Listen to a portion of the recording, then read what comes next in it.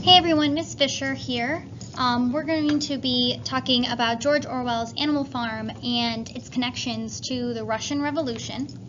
George Orwell was a British writer who was concerned about the social justice and the social well-being of the everyday person, or the proletariat, or aka the poor. And a quote that he gives is, "One day I saw a little boy, perhaps 10 years old, driving a huge cart horse along a narrow path, whipping it whenever it tried to turn. It struck me that if only such animals became aware of their strength, we should have no power over them, and that men exploit animals in much the same way as the rich exploit the proletariat." Okay?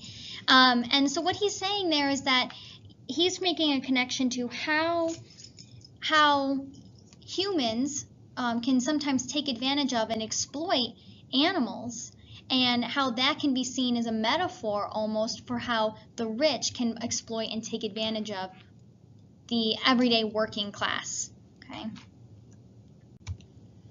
So a little bit of background about Animal Farm. Things are about to get a little strange on Manor Farm, which is the name of the farm of the animals that we'll be first reading about. Farmer Jones has just locked up the hen house and stumbled off to bed, thinking all is well in his barnyard. And he probably wouldn't believe the events that are about to take place, that are about to unfold in the barn. Old Major, Mr. Jones's prize-winning boar, has just gathered the animals together for a meeting. So Old Major says, "Let's get together. I want to talk about something." And he says to all the pigs, hens, horses, dogs, ducks, and goats to listen to him because he wants to share his dream with them. And he says, humans are the enemy, and that they produce nothing, yet they own everything. And animals, however, work their whole lives for their masters, and they receive only enough food to keep them working. He compares it to slavery. He says, we only get enough food to keep working. The humans get everything, and we do all the work. He says that this is unfair. He believes that someday this will all change, that animals will work together to overthrow their oppressors. Animals will create their own farm where they will live and work in harmony, plenty, and equality. The days of slavery will end, the rebellion will come, and that every animal must be ready for that day when the rebellion comes. So, will Manor Farm become the first true animal farm where animals run the show? Well, George Orwell wrote this story specifically between November 1943 and February 1944. And he wrote a preface to this novel that was never actually published, but in this preface he explained his purpose for writing Animal Farm, and he says that he was angry that the people in Europe admired Soviet Russia, and he wanted to write a critical novel about Joseph Stalin. A lot of people in Russia, or a lot of people in Europe, kind of looked up to Russia and said, oh, look how strong Soviet Russia is, when in reality, kind of under the microscope, like if you were to really kind of dig into what was going on in Russia at the time, you would see a lot of corruption, a lot of poverty, a lot of death, and Stalin was not the most fair or wise leader. So he wanted to expose Stalin for who he was. The literary form of the story is that of a fairy story or a fairy tale. And I know a fairy tale is usually written for children about magical or fantastical events, but Orwell originally subtitled Animal Farm as a fairy story in order to stress that it was fantastic, but it was not untrue. The animal fable has been used for centuries, and fables are short stories that teach a moral lesson. They include animals that often talk and act like humans. For example, Aesop's fables. Probably the most famous one, or the most popular one that you might know of an animal fable, is the tortoise and the hare, right? Who slow and steady wins the race. So that's an example of an animal fable. Animal fables soon developed into more complex forms of literature called allegories. Basically, it's an extended metaphor that lasts throughout the entire novel. It's a story that includes characters, setting, etc. that have both literal and figurative meanings. So what are those literal and figurative meanings? Well, on the surface, Animal Farm tells the story of farm animals who are tired of obeying the orders of a cruel master. And this is the story's literal meaning, right? That a pig is a pig. That's literal. That, you could read this story and just think it's about a whole bunch of animals on a farm, this Farmer Jones, this revolution, these kind of like creating their own society. But if you look on the more figurative side, right, and that's a key word here, figurative, the figurative meaning is that it also tells the story of Soviet Russia during the Russian Revolution. So therefore, a pig becomes a representation of a political leader during the Russian Revolution, right? That's the figurative meaning. Satire is also a particular form of writing, and Animal Farm can also be considered a satire. And if you've ever heard of, let's see, The Simpsons or King of the Hill, I'm trying to think, South Park, SNL Weekend Update, those are all considered satirical pieces or satire. And it's a form of literature that criticizes a subject by making it seem ridiculous, amusing, or contemptible. The purpose of a satire, therefore, is not to just make you laugh. It should probably make you laugh or make you think, oh, how ridiculous. But it also should make a moral judgment, and it should wish to correct wrongs or to criticize injustices that are being made. Animal Farm makes the Soviet Union seem both laughable but also despicable. I mean, some of the things that happen in the story are actually quite terrible to happen to these animals, and you'll think, wow, how ridiculous that this is happening. It's so implausible that this could actually happen. But when you think about it and you say these are representative of actual humans, that this really happened, it really does strike home, and it really does think to yourself, wow, this is rather despicable. This is not good. So that's what a satire should do. So speaking specifically about the comparison to the Russian Revolution, in order to understand Animal Farm, you really need to know a few people and events that played important roles in the Russian Revolution. The first one here is Tsar Nicholas II, right? Mr. Jones, Farmer Jones, is Tsar Nicholas II, okay? He was Russia's last Tsar, and he was part of the Romanov dynasty that ruled Russia for over 300 years. Tsar means emperor and comes from the word Caesar. And Russian Tsars lived in this magnificent palace called the Kremlin, and that's a picture of it right here. Tsar Nicholas was narrow-minded and incompetent. He was an autocrat, a self-appointed ruler who holds all of the political power. He was not very well liked. And in March of 1917, there were food riots and army mutinies in Petrograd, the Russian city, aka St. Petersburg, where Tsar Nicholas couldn't cope with the difficult situation, so he abdicated the throne. So what had ended up happening is that he stopped feeding his people. Bread prices had gone up. It was very difficult for people to eat. Winters in Russia are very cold, and so if you don't have enough food, it's very difficult for you to survive that winter. And then he also didn't pay his soldiers, and so he had army mutinies.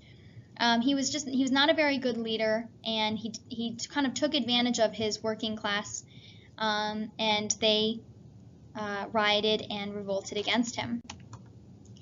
In Animal Farm, Old Major, or the wise old pig who tells them about his dream that he has and gathers them all together in the barn for a secret meeting, is also known as representative of Karl Marx. And I'm sure you probably have heard of this Karl Marx before.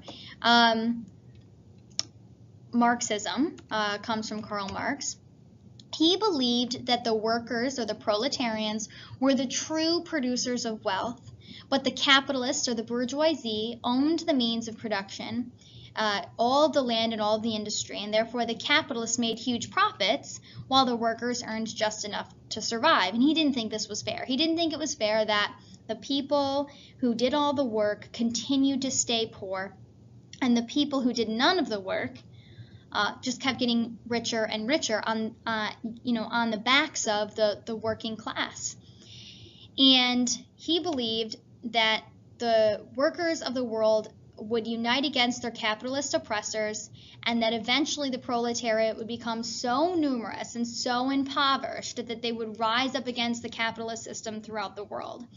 He believed that the working class would get so sick of being taken advantage of and staying in this kind of, I don't want to say poor, but yeah, like a working class state while this small group of elite people continue to get wealthier and wealthier, that they would get sick of it and they would see their power in numbers and they would rise against this capitalist system.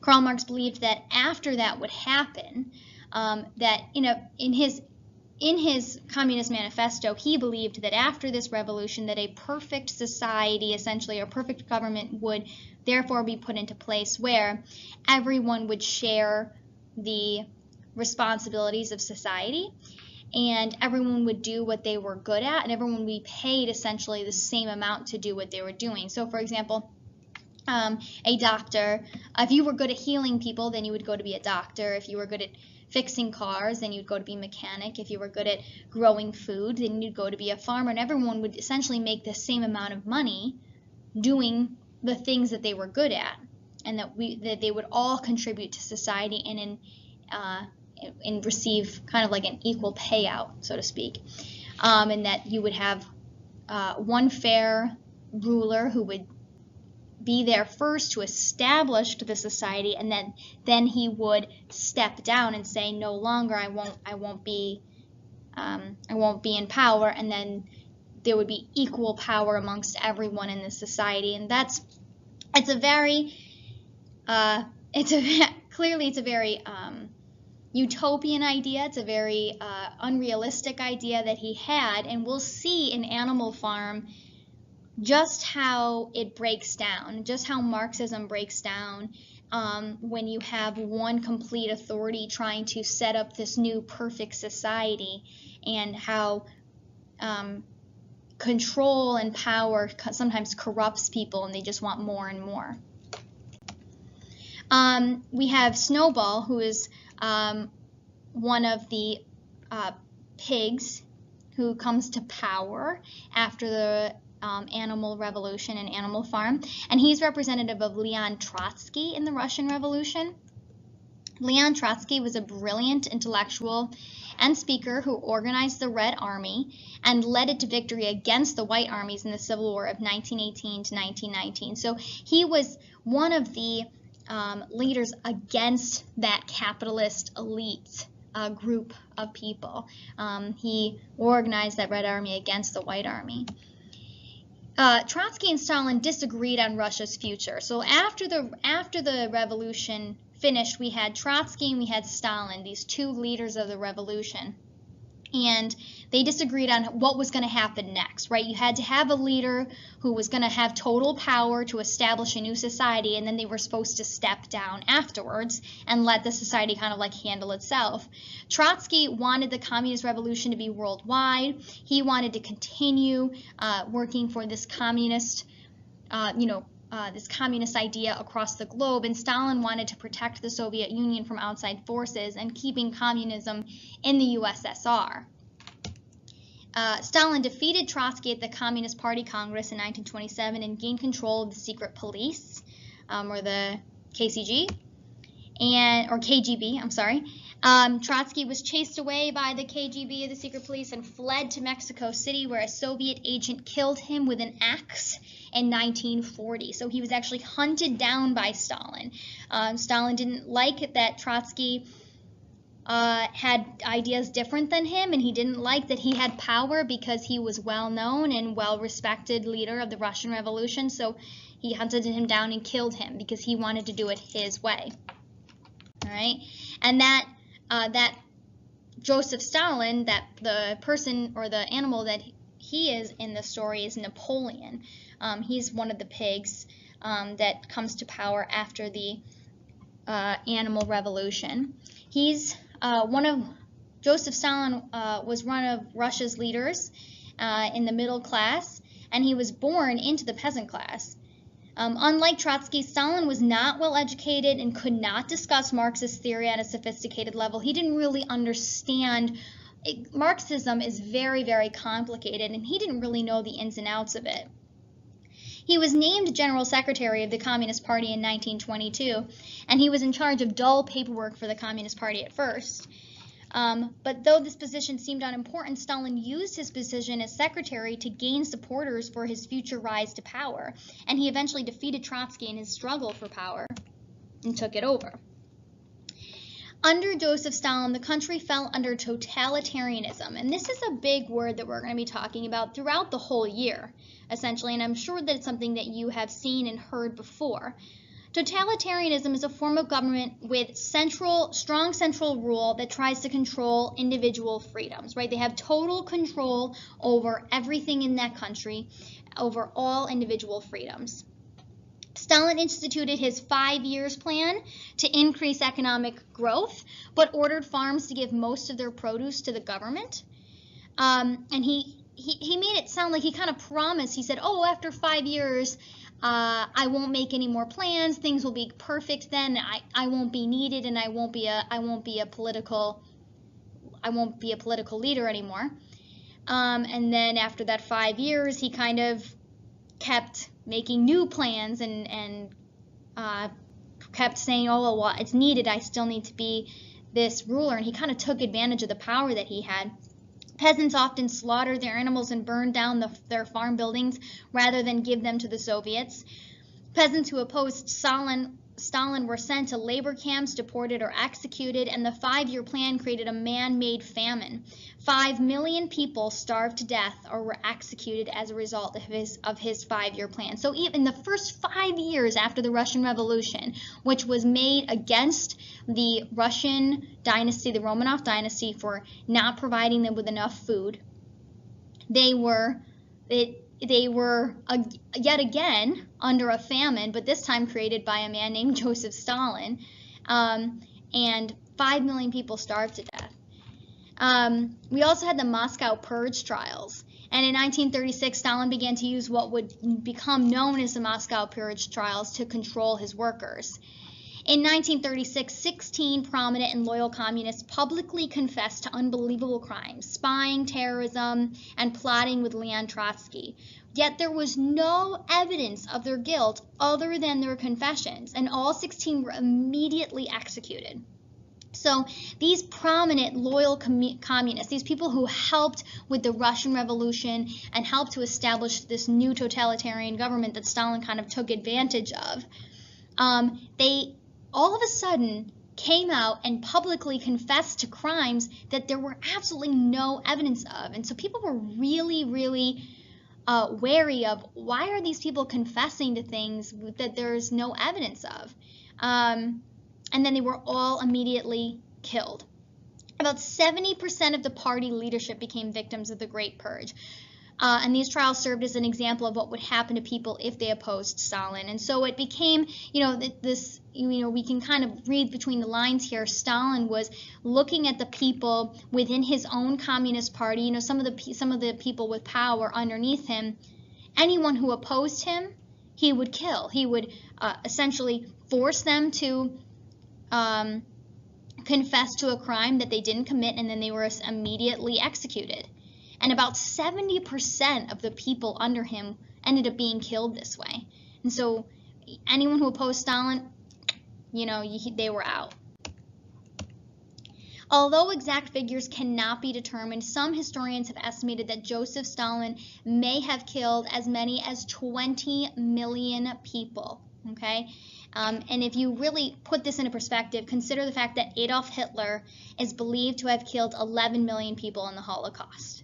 Okay, about almost twice as many people it is suspected that Joseph Stalin could have killed. So he was just an example of a ruthless, violent, totalitarian leader who really took advantage of the power that he had. So what I have here is a video. It's a few minutes long, and it's through YouTube, and it's pretty interesting. It kind of gives some contextual and information and some background on Animal Farm, and kind of just reiterates and refocuses on some of the things that we touched on in this slideshow. Okay, and this will be kind of a way to reiterate the things that you've learned, let it kind of stick there in that brain of yours. And don't forget to follow along and look at those notes that were provided to you in class as a way to look back and remind yourself of some of the things that we talked about today.